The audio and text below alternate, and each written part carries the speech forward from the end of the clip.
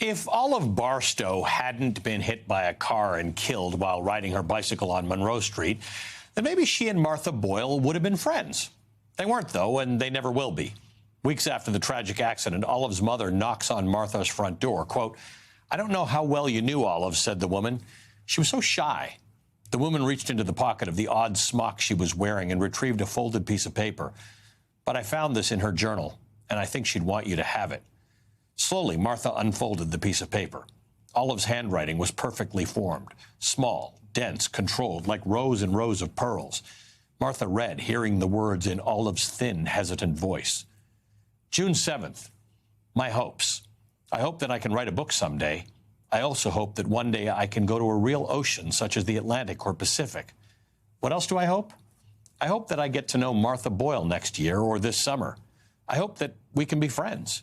That's my biggest hope. She's the nicest person in my whole entire class, end quote.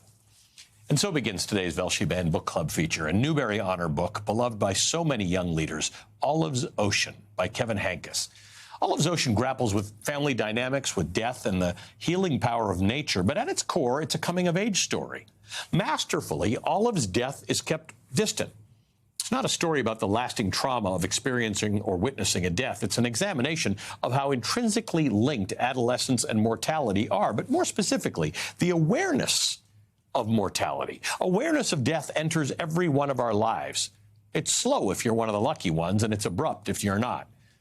We never meet Olive outside of that single journal entry. Instead, she remains an unseen specter, a force guiding both the reader and our young protagonist, Martha. For Martha, everything shifts and converges the summer after Olive's death. First love, first betrayal, a richer relationship with her grandmother, and awareness of who her parents are as individuals, and Martha's own identity. Quote, "Home was the same as when Martha left it, but because she had changed, her world seemed slightly different, as though she were seeing everything in sharper focus," end quote. Olive's Ocean is so successful because of how seamlessly it blends the confusion and the clarity, the beauty, the pain that is ever present for Martha and its readers. Olive's Ocean, indisputably age-appropriate, examines the complexity of young adulthood through direct writing, memorable characters, and beautifully rendered nature imagery. It's hard to believe, even for me, after all of the books that we've read throughout the Velshi Band Book Club, that this book spent nearly a decade climbing the American Library Association's list of 100 most challenged books for so-called offensive language and sexually explicit content, end quote. The book, including a few curse words and a single allusion to sex made by Martha's 14-year-old brother, is a window into young people's lives and a mirror into the depths of our own universal journey from childhood to adulthood. Today's meeting of the Velshi Band Book Club is officially underway. I'm joined by Kevin Hankus. Kevin is the award-winning author of many beloved children's and middle-grade books, including the Mouse Book series, Kitten's First Full Moon, Waiting, and today's Velshi Band Book Club feature, Olive's Ocean. Kevin, welcome to the Velshi Band Book Club. Thank you. Thank you for inviting me. We've covered a few other young adult and children's books like Bridge to Terabithia that grapple with death. Talk to me about the importance of broaching a topic, perhaps through literature, before it becomes a reality in life for most of your readers. Well, I think it's really important that something like death, if it's explored in a book hopefully before a child has to experience it in their lives, perhaps it will prepare them in a certain way for when it actually does happen. I think exposure to something makes something easier, perhaps to understand, to deal with it when it pops up. So it seems to me that it's a good thing. There's another storyline in Olive's Ocean, and it's Martha's first love and her first betrayal. I want to read a passage. Martha is speaking to her grandmother, who she refers to as Godby. For some reason, Martha lost all control. She couldn't stop the words from pouring from her mouth. "I think I like Jimmy Manning." The moment of the telling passed, and Martha was still alive. She hadn't burst into flames. The earth hadn't opened up beneath her feet and swallowed her whole, and Godby hadn't laughed or sighed or clutched her heart sarcastically. "Lucky him," was what Godby said evenly. "Lucky him," end quote. I thought this moment was great because it underscores what it means to be part of an involved family during your adolescence. Right, and I think often, I think the book is about the enduring bonds of family, and this child has a great relationship with her grandmother, and yet I think that relationship allowed her to reveal what she revealed, and yet I think she was sort of surprised by her grandmother's response. And what I was trying to do, I guess, was to show that no matter how old we are, I think we have so much in common, and I know this myself, someone who is getting older, I still feel those feelings. And I think when you're a kid, sometimes you don't think that that is the way that it is, but it is. And I think in that moment, I think she learned something about her grandmother by her grandmother's reaction. You don't normally outgrow that moment. I mean, I can remember recent times where something like that has happened to me. There's another passage that stood out to me. I want to read it to you. This is Martha talking with her father. Her father says, she says to her father, "Let's go home." "Good idea," said her father. They started off. "You know," he said, "when you were little and tired like this, I'd throw you over my shoulder and carry you home like a sack of rice. Sometimes I wish you were still that little. I wish I could still do that." "Dad, that's so embarrassing," is what she said. But sometimes she wished it too.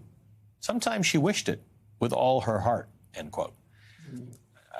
Kevin, you've got children. Talk to me about depicting child-parent relationships in books that are written for a young reader. My kids are grown now. They're 27 and 30. But I often think back to when they were smaller. And I think particularly because Martha is 12 years old. So she's on the cusp. She's partially trying to become an adult and has a foot in adulthood and is still a child.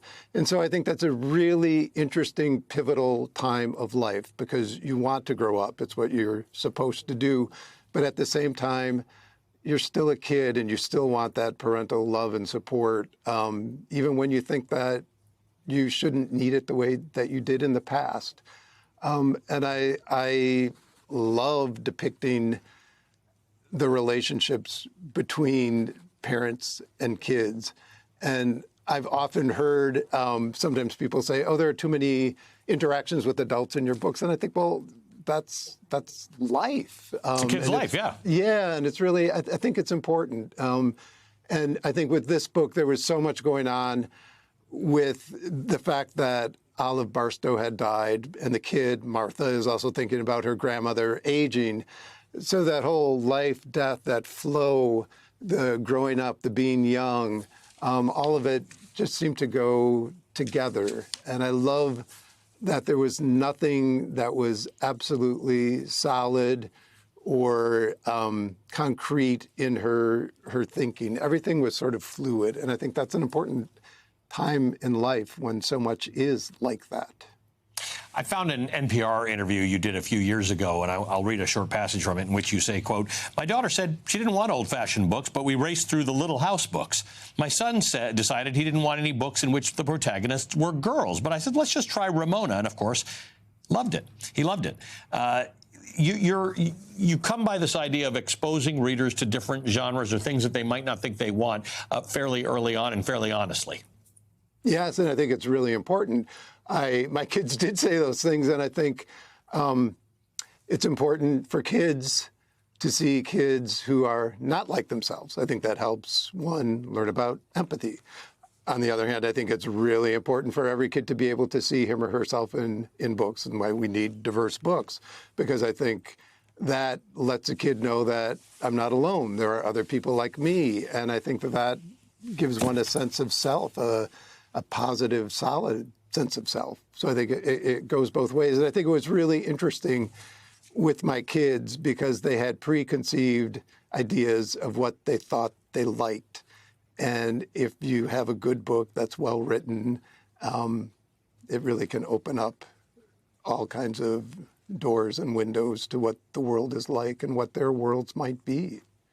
My general view is that books shouldn't be banned. We certainly understand that some books are not age appropriate, but with yours, it's just kind of hard to figure out why this would be creeping up a list of banned books. I mean, is there something we're missing here? I was, when it first happened, I was absolutely shocked. It's about the enduring bonds of family, the wisdom of the older generation, the importance of not judging someone and prejudging them and getting to know them. It's about a kid who's trying to figure out where she belongs, a kid who's trying to be understood. And the love is the operating principle, the foundation and the spine that supports everything. And I don't quite get it. Yeah. We've stopped trying to answer that question some days because it's going to send you down a rabbit hole that doesn't going to help anybody. Kevin, great to have you here. Thank you to our the newest member of the Welsh Band Book Club, Kevin Henkes, author of many children's books, including Olive's Ocean.